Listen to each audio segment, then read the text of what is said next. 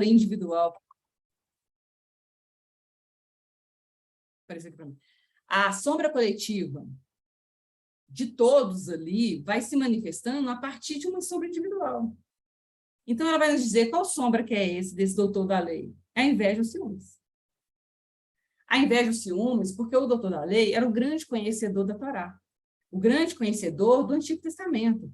O doutor da lei, ele passava anos, décadas, né, estudando, refletindo ali, mas muitas das vezes decorando a Torá.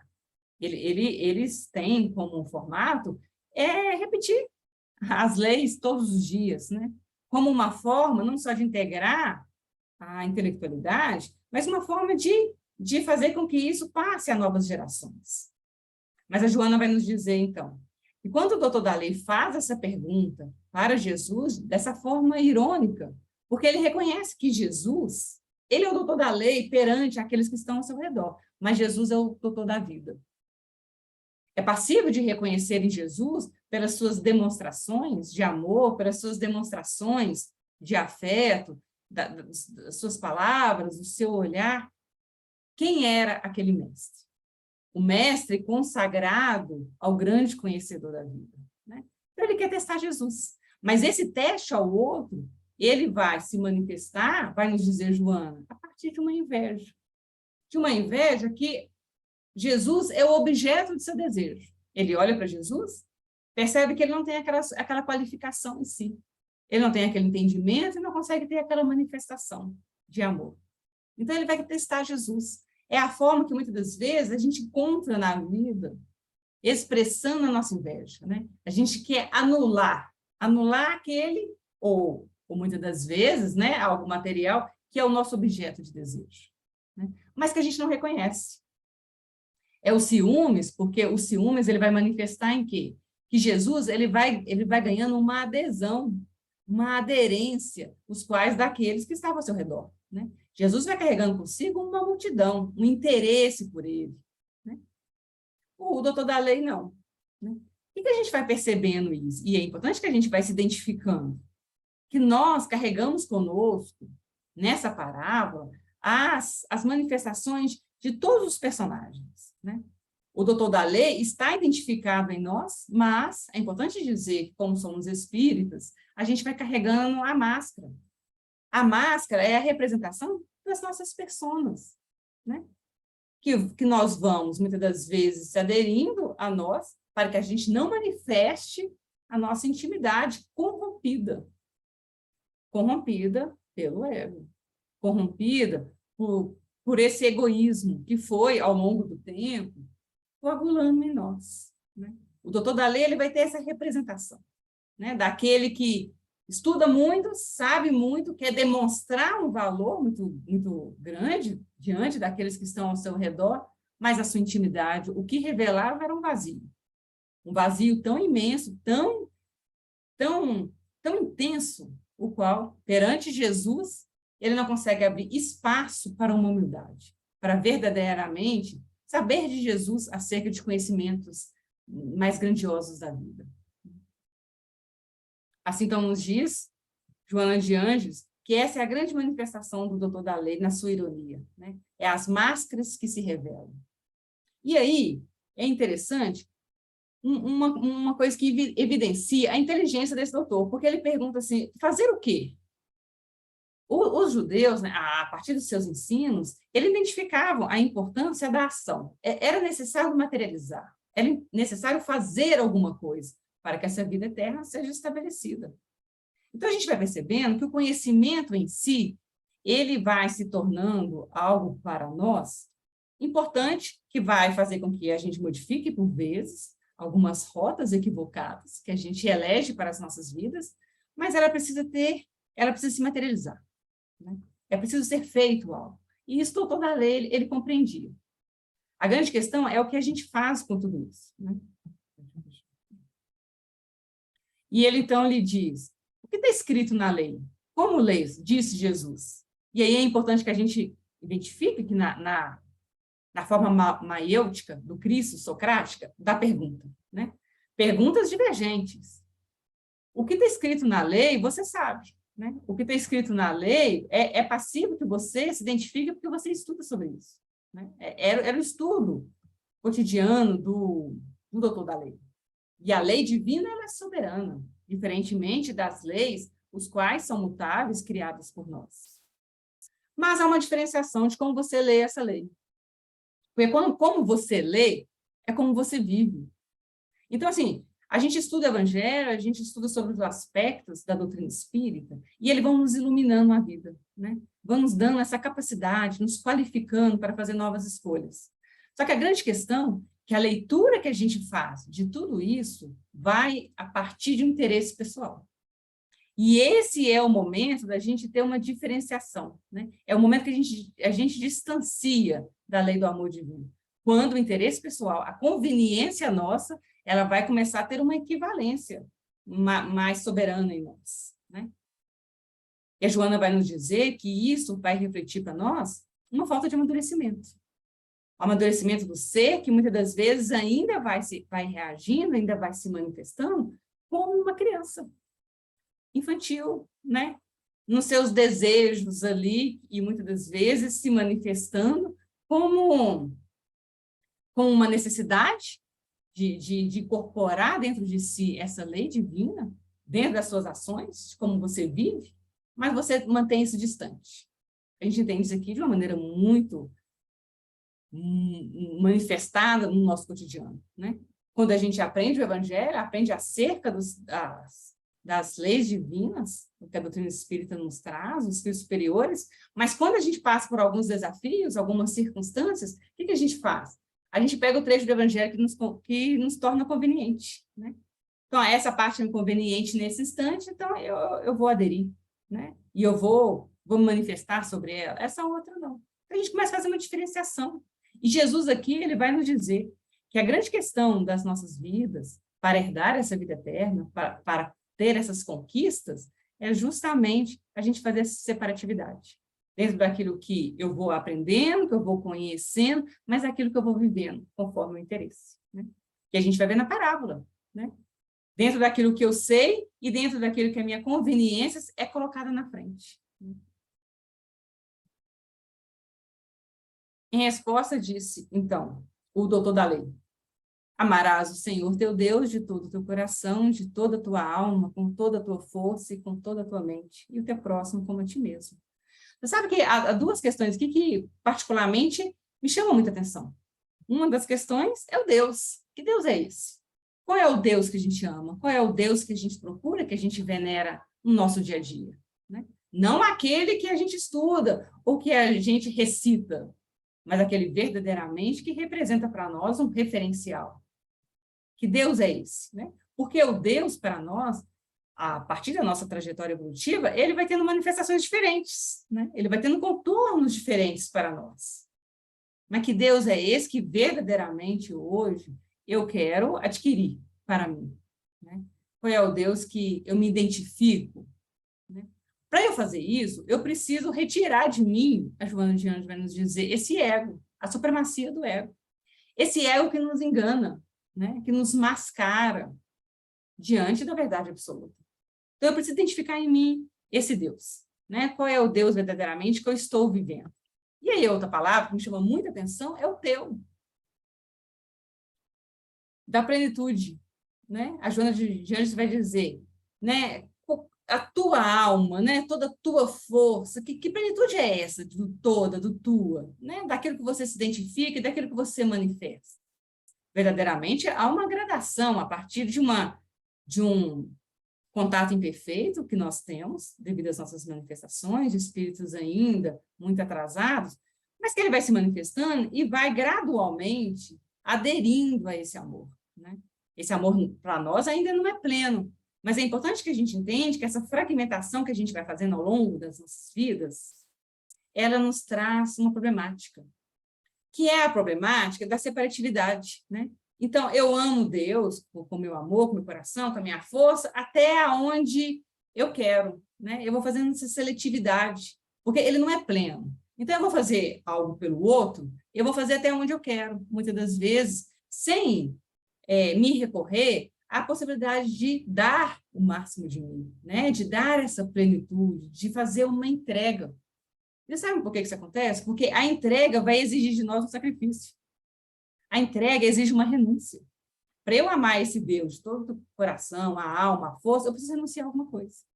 E o que acontece? A gente não quer renúncia, né? A gente quer receber, né? E a gente quer manifestar esse amor. Mas quando a gente chega nesse contato da leitura, de como lês, a gente começa a perceber, não, aqui não dá, aqui eu não vou, aqui eu não quero. Ou as máscaras, né? Eu não posso, devido à minha imperfeição, devido à dificuldade. O que não é bem assim, né? É a gente já fragmentando o evangelho. O que fragmenta o evangelho? O que corrompe o evangelho em nós? É o ego, né? Que vai fazendo esses contornos em nós e faz com que a gente não consiga fazer para nós mesmos essa plenitude do céu. Então, a gente tem que compreender isso em nós. Quando o Kardec pergunta, no Livro dos Espíritos, tão conhecida, né? 919, né? Qual é o meio prático, eficaz para o nosso melhoramento? Qual que é? Conheça a ti mesmo. É esse conhecer, né, as nossas máscaras, as nossas sombras, essa fragmentação que a gente vai realizando ao longo do tempo, que faz com que a gente promova a partir desse suporte, primeiramente, essa nossa imperfeição. Porque quando a gente suporta, a gente não cria máscara. A máscara que a gente não suporta. A gente não suporta as sombras, né, tão intensas que há na nossa intimidade. A gente suporta, a gente percebe o tanto que nós somos ainda inferiores, né? O tanto que a gente ainda tem tantas dificuldades, temos tanto a aprender, temos tanto a desenvolver no amor. Quando a gente entende isso, a gente começa o âmbito da humildade. É esse âmbito da humildade é que eu ofereço o céu para o seu desenvolvimento, né? O compartilhamento desses fragmentos, né? O que a Joana de Anjos vai nos dizer? Que o céu é a integridade do ser.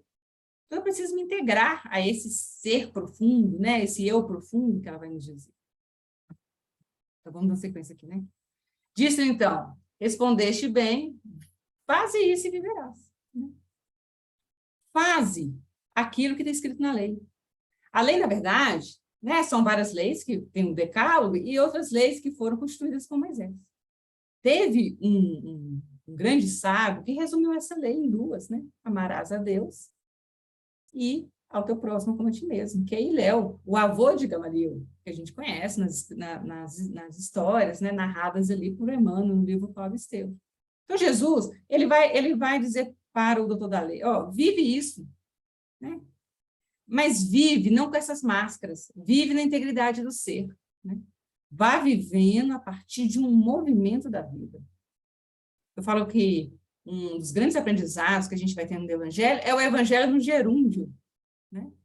Jesus está sempre andando, curando, falando, orando, né? Jesus está sempre nesse movimento da vida constante. Não representa um passado, que já não é possível mais, de uma retificação, mas nem não somente um futuro, que talvez poderia ser apenas uma expectativa ilusória ou vazia.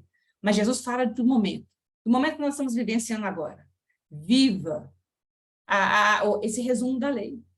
Amarás a Deus e amarás o teu próximo como a ti mesmo, né? Esse resumo da vida é o que bastava para o doutor da lei e para todos nós adquirir essa vida eterna. Ana, Oi, pode falar. você falando, a gente estava pensando aqui, ó, que muitas vezes a gente enche a boca assim, ó, eu sou espírita, né? Uhum. Mas aí alguém vira para a gente e pergunta, o que é o espiritismo? Aí o que é que nós vamos fazer? Nós vamos recitar tudo aquilo que está no livro. E não aquilo que a gente sente. Aquilo que o espiritismo representa para nós de verdade. Quando você falava, eu lembrava justamente, porque se a gente julgar isso aqui para nós hoje, nós não somos esse doutor que está chegando perto do Cristo e fazendo essa pergunta. Então, eu fiquei bem pensando nessa questão da doutrina espírita, que a gente nunca responde, não. A doutrina espírita, o espiritismo é uma doutrina que está me ajudando a modificar o meu modo de ser, está me tornando melhor. Não, a gente vai recitar o que está no livro.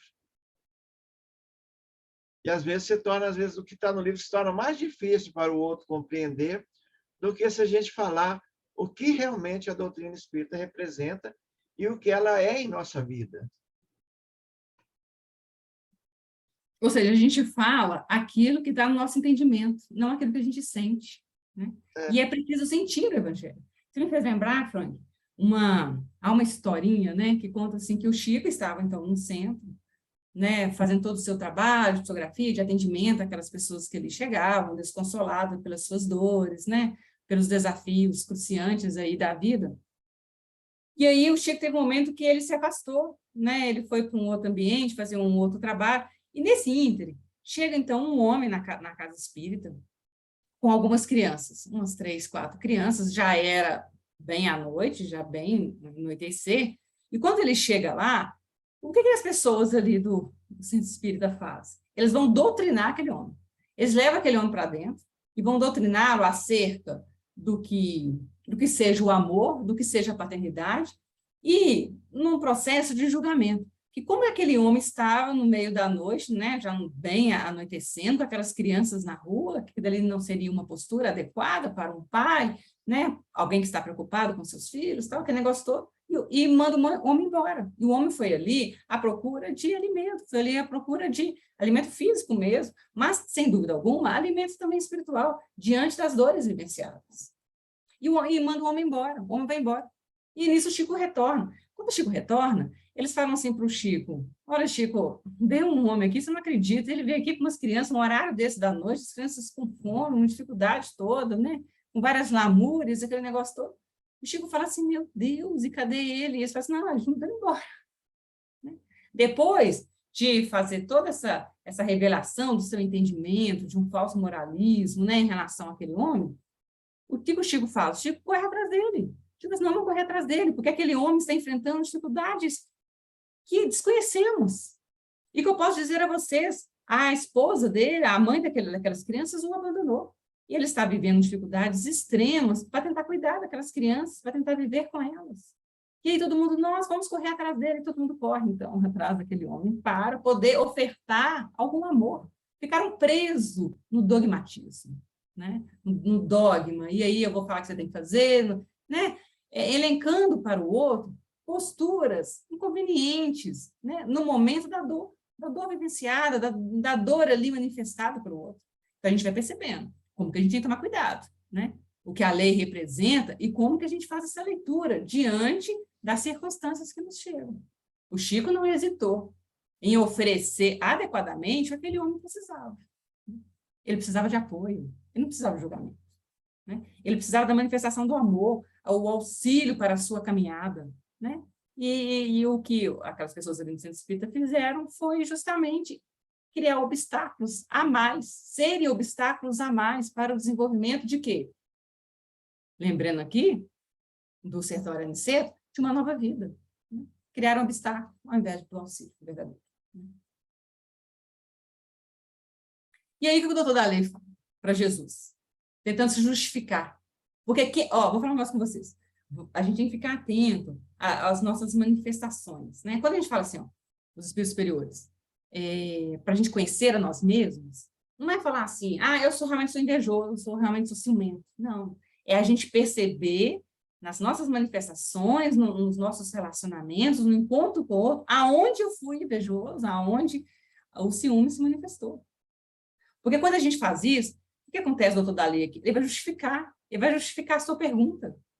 Porque se a gente parar para pensar, já estava terminado ali o diálogo. Né? Jesus falou, faça isso, né? Viva ali a síntese da lei maior e viverás. Está tudo bem, acabou ali. Mas ele quer justificar. Então, quem tem a inveja, quem tem ciúme, sempre justifica. Vamos perceber isso nas nossas vidas, né? No nosso cotidiano, para aqueles que estão ao nosso redor. A gente sempre quer justificar. E quando a gente justifica, é a sombra em nós desse ego que vai nos manipulando. O ego manipula, né? E essa manipulação é a justificação. Ele fala para Jesus, quem é meu próximo? Afinal de contas, quem é meu próximo? O doutor Daley, dentro da lei judaica, o próximo era aqueles de raça. Né? Então, o próximo eram os judeus. Né? Era realmente o próximo da sua raça. E Jesus, então, vai, a partir daí, contar a parábola para que ele pudesse identificar quem é o próximo. Né? Porque o próximo da lei soberana divina é um. O próximo que a gente escolhe é outro. Né? É o próximo da leitura. Quem é o meu próximo? É o próximo que eu escolho. Não é isso que a gente faz? Eu escolho que esse seja meu próximo. Então, é esse que eu vou fazer com que o meu afeto, então, entre em contato com ele. Mas eu tenho uma coisa importante para dizer a vocês. A eleição, essa escolha que a gente faz, eu escolho um, eu escolho o outro, é o fragmento do evangelho. A proposta de Jesus é a plenitude, não é a fragmentação. Né? Eu escolho um, escolho o outro para ser meu próximo. E a gente começa a fazer escolhas, né? Eu escolho fulano porque tem o mesmo partido político, porque tem a mesma raça, porque, né, a mesma crença religiosa, o mesmo entendimento acerca da vida. Eu estou fazendo o quê? Eu estou elegendo quem é meu próximo. Eu estou fragmentando o evangelho. O evangelho não é fragmento, o evangelho é plenitude. E aí ele vai dizer, certo homem descia de Jerusalém para Jericó e caiu nas mãos de assaltantes, os quais, depois de havê-lo despojado e espancado, retiraram-se, deixando semi-morto. Voltando lá à pergunta 919, do Livro dos Espíritos. Os Espíritos vão responder a Kardec. Conhece a ti mesmo. O conhecer a si mesmo, né, e a Joana vai nos trazendo isso em toda a sua literatura, a importância dessa viagem interior, desse conhecimento. A viagem é uma coisa, e a gente vai ver aqui que o samaritano ele viajava. Esse homem não. Ele não é identificado, mas o que a gente sabe? Que ele cai. Ele não viaja, ele cai. Né? Ele desce de Jerusalém, que é a cidade soberana, né? A grande cidade soberana, da espiritualidade, do contato a Deus, né? Essa reverência à divindade, divergente de Jericó, que representa a materialidade, que representa os interesses nossos. Ele sai de Jerusalém e vai para Jericó. É uma queda, não, e fala assim, desce, né? É uma queda. É importante que a gente vá identificando em nós o momento que a gente está caindo e o momento que a gente faz essa viagem interna. Porque é importante que a gente perceba o seguinte, quando a gente faz uma viagem interior na nossa intimidade, a gente vai perceber algo, que é uma sombra ali, muitas sombras, né? Sombras dos quais vão sendo utilizadas máscaras, né, para todos nós, e que nos dificulta esse acesso ao self. Essas sombras que estão em nós, é importante que a gente a ilumine, né, a partir da proposta do Evangelho. É diferente de quando a gente cai. E quando a gente fala de queda, eu acho que todos nós aqui conhecemos bem as nossas quedas, né? Porque temos aí muitas relacionadas ao longo da nossa trajetória. Basta perceber o lugar que a gente se encontra. Né? Estamos no mundo de prova e expiação. Quando a gente vê a classificação dos mundos por Kardec, o mundo de prova e expiação é o segundo mundo, o primeiro é o primitivo. Então, onde nós estamos? Nós estamos no segundo. Está indo para a regeneração, mas estamos no segundo. E o segundo vai revelar o quê? O tipo de espírito que está. Quais são os tipos de os espíritos, né? As características dos espíritos de um mundo de prova e expiação? Os espíritos vão dizer, no Evangelho segundo o Espiritismo, a predominância do mal, a predominância da sombra. Né? Predomina em nós ainda a maldade, predomina. Né? Então é importante que a gente compreenda essa nossa intimidade para a gente perceber, é essa sombra que nos faz cair. Né? E quando a gente desce, a gente abre mão daquilo de Jerusalém, quando a gente abre mão daquilo que é superior, quando a gente abre mão do Evangelho, né? Da oportunidade do estudo, das reflexões, de estar em contato com o outro, do amor ser compartilhado, a gente começa a descer para as nossas sombras, para as nossas dificuldades. Então, esse homem é um homem importante para nós, porque esse homem, sem dúvida alguma, somos nós. Também, se o doutor da lei é uma característica de uma faceta nossa, o homem caído também é, né? Afinal de contas, talvez todos nós estamos caídos aí nas nossas trajetórias, por muitas vezes, né? E aí, o que a gente vai identificando? Que quando a gente cai, a gente vai encontrando, então, alguns personagens em nós, que são os assaltantes, né? Os assaltantes estão presentes. Eles nos assaltam, nos tiram, né? Nos arrancam, muitas das vezes, aquilo que nós acreditávamos que tínhamos, né? Na passagem vai dizer assim que o homem fica nu, né? É tirado ali os trajes, é tirado daquilo que ele acreditava que tinha. Quando a gente cai, né, quando a gente cai nas nossas ilusões, nessas grandes quedas, a gente vai fazer o quê? A gente percebe em nós, né, esse vazio. Né? Porque nós fomos, ao longo do tempo, ajuntando essas máscaras, ajuntando esses tesouros, né? E aqui tesouro não estou dizendo só do material, mas tesouros também aos nossos olhos, né? Que são corrompidos pela vida. Por exemplo, a vaidade, o orgulho, a própria inveja, os ciúmes, né? Quando a gente cai, esses assaltantes nos tiram isso, e a gente vai percebendo o tão pequeno nós somos, né? Ele é espancado, ele é despojado, é retirado tudo dele, e aí ele se encontra semi-morto. Esse semi-morto é algo interessante, porque o semi-morto, ele não estava propriamente morto, mas ele estava numa condição ali inconsciente. É a condição daquele que parou de se movimentar. Isso a gente tem que perceber nas nossas vidas, né? O momento que o movimento do evangelho não está acontecendo na nossa intimidade. E a gente vai trazendo essas reflexões, nós estamos aí, né, já terminando um ciclo anual, perto do momento natalino, e a gente vai compreendendo isso, né? Qual é o movimento, né, do evangelho em nós? O que está no Apocalipse, né? Qual é a condenação, vamos assim dizer, que está no Apocalipse? É o morno. Ou você é frio, ou você é quente. O morno não dá. O morno é semi-morto, né? É aquele que vai passando pelas circunstâncias sem aderir verdadeiramente ao aprendizado que a vida está nos possibilitando. Nós estamos sendo condicionados a aprendizados cada vez mais sublimes. E a gente vai ser morto, a gente está sem o movimento da vida. E sem o movimento da vida vai nos trazendo complicações, né? Mas ele é socorrido. E isso é interessante porque é o sertório aniceto, né? Nós somos socorridos, nós somos caídos, né, perante a vida tantas e tantas vezes, mas nós somos socorridos pela espiritualidade amiga, né? Nós somos socorridos pela generosidade do Mestre Divino. E é importante que a gente vai percebendo isso em nós, né? O socorro sempre chega. Na parábola do Cristo, do bom samaritano, a gente vai perceber assim, aquele homem, ele devido às suas escolhas infelizes, ele cai, ele é assaltado, né? Ele é despojado de tudo que ele tem, e ele é deixado ali à beira do caminho. Mas alguém vai socorrê-lo. Né? A gente vai ver, né? Nós conhecemos a parábola, a gente vai ver que é um samaritano, mas poderia ser qualquer um. Porque aquele que está escrito na lei, que merece, né? Que já tem a conquista dentro da lei de ação e reação, ele vai ser socorrido. E nós todos aqui estamos sendo socorridos nesse instante, né? Da vida, do evangelho, da nossa continuidade evolutiva. Isso aqui é a Joana de Anjos falando.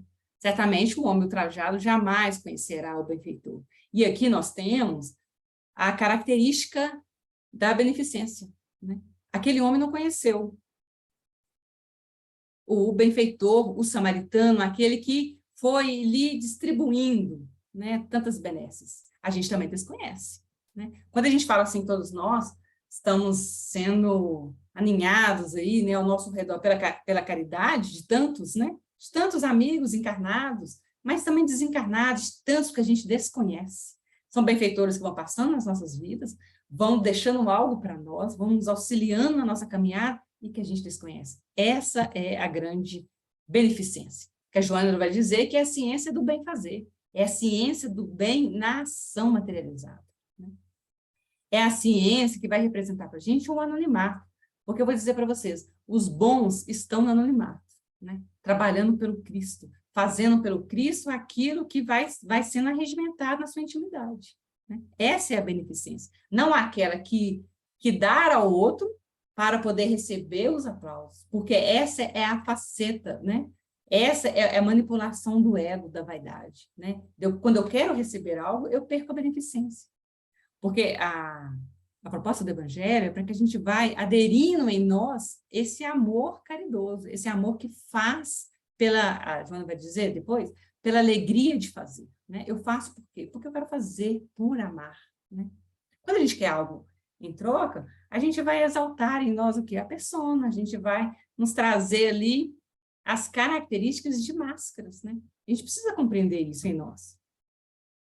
Há uma passagem muito, muito interessante do Chico também, né, que eles, dentro dos seus processos mediúnicos, ele escreve um receituário do Bezerra de Menezes, entrega para uma senhora, e depois, no outro dia, o Chico está atrasado, né, para poder trabalhar, naquela pressa toda, com tantos atendimentos, tal. A senhora chama ele para poder traduzir ali, está escrito, né?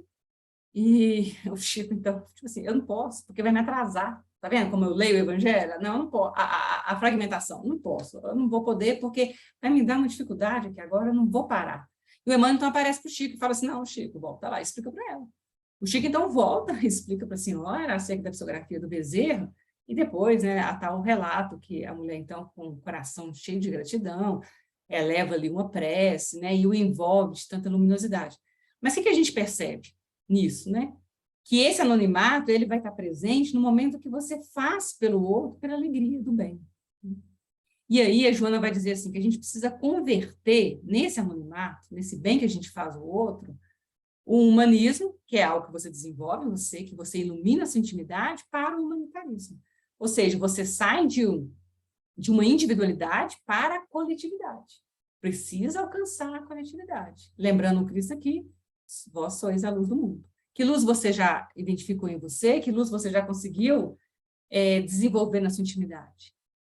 Todos nós temos algo a ofertar, então espraia ela, né? Oferta ao outro, né? Distribua ela.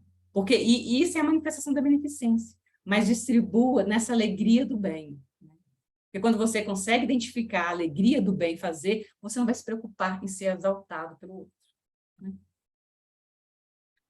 E aqui vai dizer, por coincidência, então, um homem, que é o samaritano, né? Agora Jesus vai identificar quem é, ele passa pelo caminho.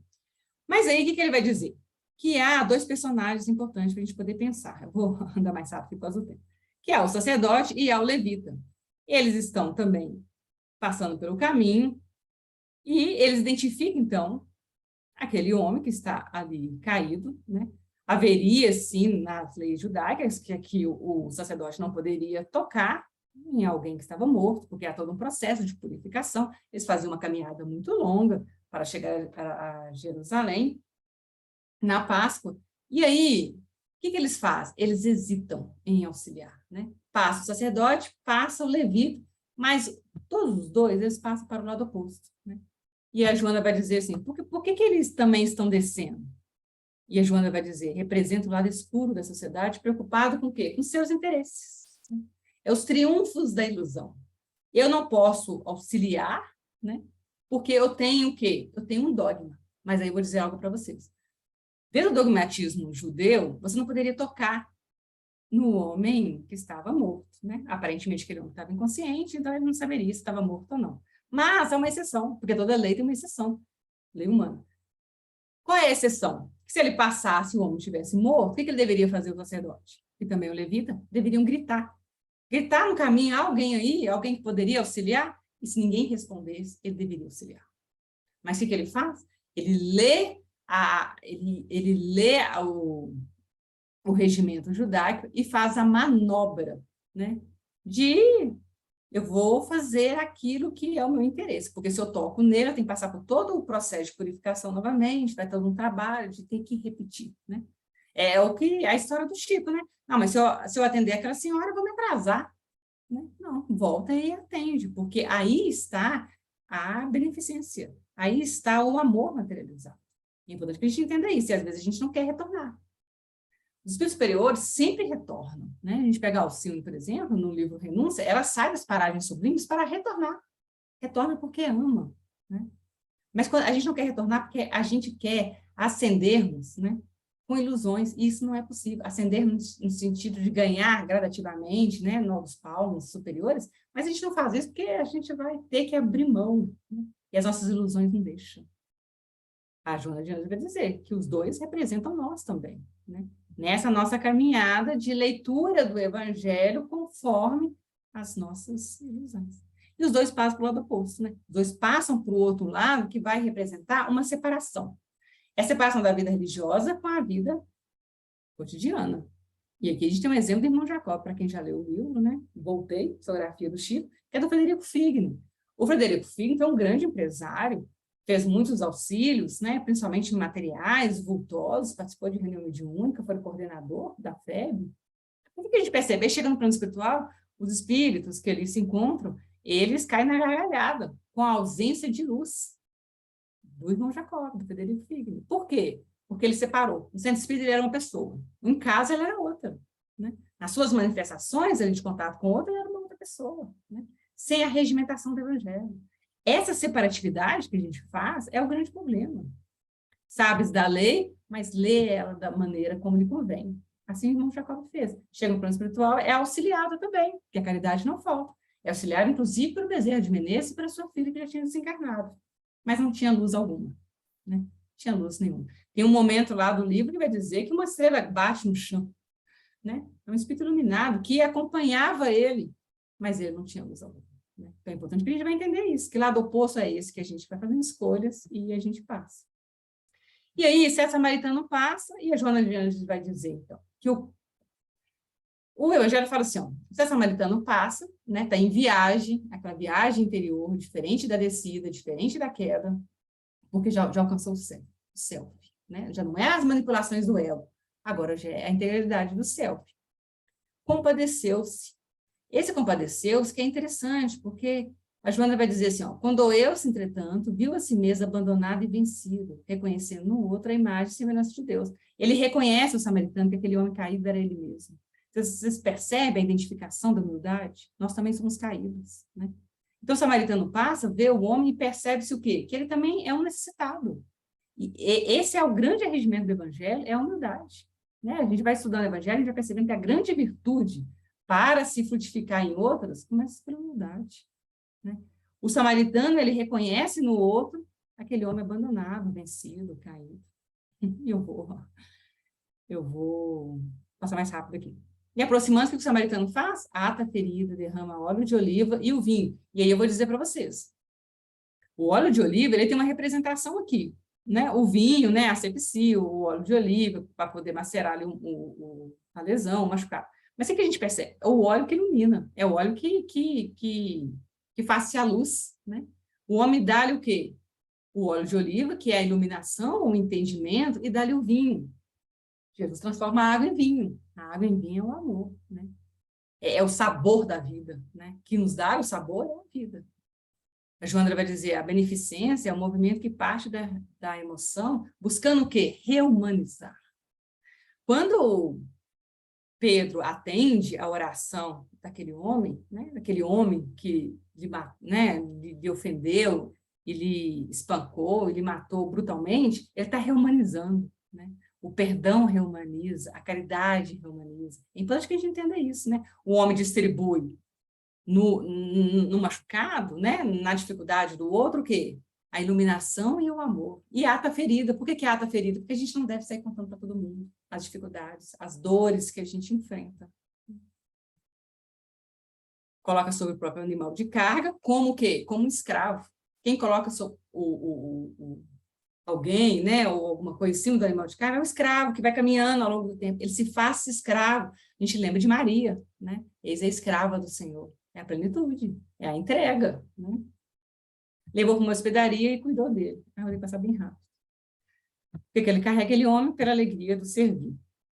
A Joana de Anjos vai dizer que essa hospedaria, ela corresponde ao ânima, né? Que é a representação da maternidade, diante daquele que está com uma dificuldade grande. Então, diante daquele que está muito fragilizado, o que a gente deve fazer? A gente tem que hospedar na nossa intimidade de amor. É o acolhimento, não é o julgamento.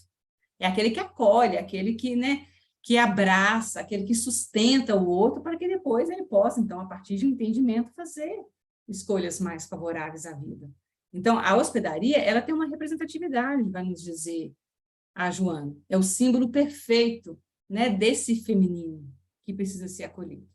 O homem, então, deixa-lhe os 2 denários e diz assim, ó, quando eu voltar, eu pago o restante. E a Joana vai dizer que o homem da hospedagem, ele vai ter a representação do ânimos.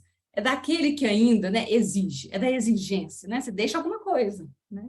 Deixa alguma coisa que, para mim, vai poder auxiliá-lo. Mas ela vai dizer depois que aquele homem que atende, né, o dono ali do estalageiro, o que vai compreender? Que ele faz uma transformação interior. Ele deixa, então, a soma, né, do retorno ser depois que aquele homem volta, o samaritano retorna, então, para poder pagar as outras contas, né?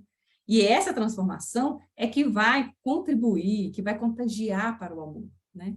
Ele percebe o bem que o samaritano está fazendo, então o que ele faz? Ele reduz em si, né, o próprio egoísmo, as suas próprias vaidades, ou o seu próprio Deus que ele criou, né? A ilusão começa a se desconstituir. E a Joana vai nos dizer, então, que ele atende, né, com uma maior beneficência o homem que estava ali caído, machucado, né? Então, para terminar, ele fala assim, qual destes três, então, caiu nas mãos dos assaltantes?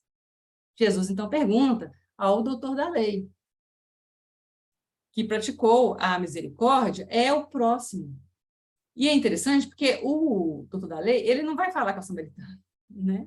Porque não consegue ainda dissolver essa sombra dentro de si. Ele vai dizer, é quem usou misericórdia. Quem usou misericórdia é aquele que é a representação do próximo, né? Esse é o próximo. E Jesus fala, então vai e faz igual tu mesmo. E a Joana de Anjos, então, ela vai encerrar dizendo, somente assim, dando e doando-se, o indivíduo se salva, se liberta das paixões, desescraviça da pós infeliz. Torna-se um com o bem que flui e esparra-se, volvendo ao reino dos céus, sem estar acorrentado à terra. Esse é o sentido exato da caridade. Você liberta o ego, você liberta essas máscaras dentro de si, né? Essa corrupção que a gente vai tendo no nosso interior, e a gente integra, né? A gente sai da fragmentação com uma plenitude, que é a integração do self. Então, é isso que a gente gostaria de deixar. E tem 1 minuto, eu só gostaria de ler um negócio rapidinho, eu prometo que vocês vão fazer bem rápido. É um texto da Sami Alwada. Só para a gente... acho que não vai dar aqui. Espera aí, eu vou tirar aqui. Espera aí, eu vou deixar assim que eu consigo ler. Ela fala assim, ó mestre amado, somos nós, os encarnados, que em nova súplica rogamos compaixão. Nos faz sentir que, apesar, somos amados, que, apesar, te inspiramos compaixão. Ó mestre amado, somos nós, os esquecidos, dia dos tempos que também nos olvidaram. Os que perderam eras, tronos mal vividos, os que perderam lá, amores desprezados. Ó mestre amado, somos nós, os esquecidos, dia dos tempos que também nos olvidaram. Os que perderam eras, tronos mal vividos, os que perderam lá, amores desprezados. Aqui, Senhor, somos ovelhas desgarradas, os diferentes, sempre mal adaptados. Os que procuram nessas furnas, nessas pragas, um outro sol, um outro campo, mas não acham. Nos leva, mestre, à nossa prometida terra. Nos diz que é outra e não esta em que sofremos. Relembre em nós tua mais dulce promessa, que nossa espera não é em vão e lá chegaremos. Tribulação, que não demore o tal resgate, que venha logo o algoz de nossa redenção. Venham chicotes da justiça, rasguem a carne, para que o amor nos banhe, enfim, o coração.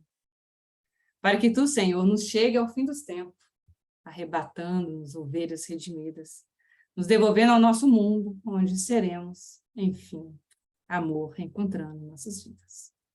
Então, assim, a gente despede, vocês desculpa aí pelo tempo, né? Passa um pouquinho. Deixa eu tirar aqui.